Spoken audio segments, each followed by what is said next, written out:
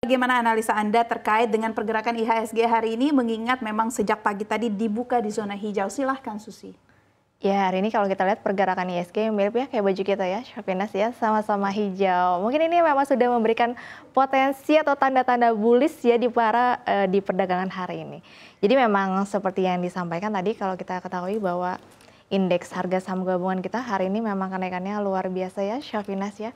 Mungkin teman-teman investor dan juga trader hari ini happy-nya bukan main ya, karena IHSG melesat hingga 5% gitu. Jadi kalau kita lihat ya, karena memang Trump akhirnya mengubah atau menunda ya kenaikan tarif selama 90 hari. Ini 90 hari ini lumayan sekali untuk beberapa negara. Karena kalau kita lihat 75 mitra dagangnya ini kan kita lihat memang tidak membalas tarif ya.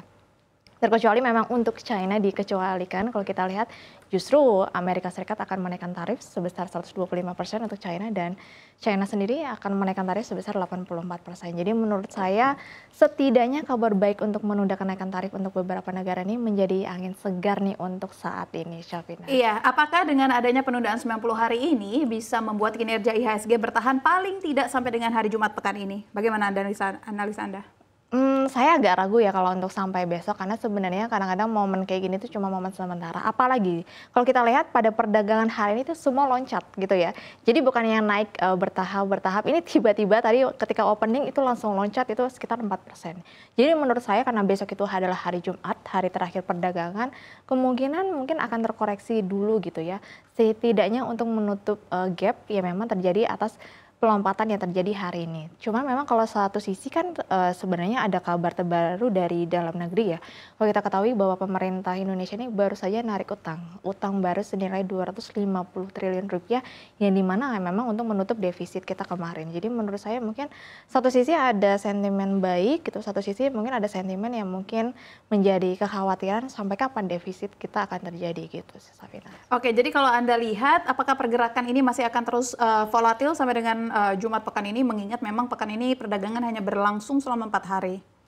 Untuk di sepanjang pekan sepertinya kalau secara sepekan gitu ya, weekly itu sebenarnya pasti masih ditutup koreksi, dan saya agak pesimis kalau besok bisa menguat karena satu sisi hari ini loncatnya luar biasa, sehingga menurut saya biasanya kalau udah loncat gini setidaknya besok koreksi dulu baru melanjutkan kenaikannya lagi. Oke, berarti dapat dikatakan jangan terlalu sering loncat-loncat ya. Oke. Sekali. Nah, kalau kita lihat secara sektoral, Susi, sektor-sektor apa yang memang masih bisa menjadi penopang dari IHSG sampai dengan akhir pekan ini? Kalau menurut saya utama pasti dari banking, karena banking itu minggu ini adalah panen dividen ya. Hari ini BRI, besok itu Mandiri. Perlu diingat, Mandiri itu besok dividen yield-nya itu sampai 10%. Mungkin memang masih banyak ya teman-teman yang nyangkut di banking, tapi dengan dividen yield 10% itu sama saja tuh kita dapat dividen 2 tahun. Karena biasanya per tahun itu rata-rata 5%, tapi ini sudah sampai 10%. Jadi menurut saya pasti harusnya transaksi besok masih ramai, cuma mungkin sebagian ada yang melakukan asset taking profit karena BRI besok ex-date. Biasanya kalau ex-date itu kan harga sahamnya turun, tapi Bank Mandiri besok adalah come date. Jadi menurut saya mungkin besok akan ramai di saham-saham perbankan yang akan membagikan dividen, dan juga saham-saham lainnya yang memang akan membagikan dividen di hari yang sama di tepat dengan Bank Mandiri. Oke, bagaimana analisa Anda terkait dengan rupiah? Rupiah memang dikhawatirkan menyentuh 17 ribuan dan sekarang berada di 16.500, 16.600. Apa yang bisa Anda lihat?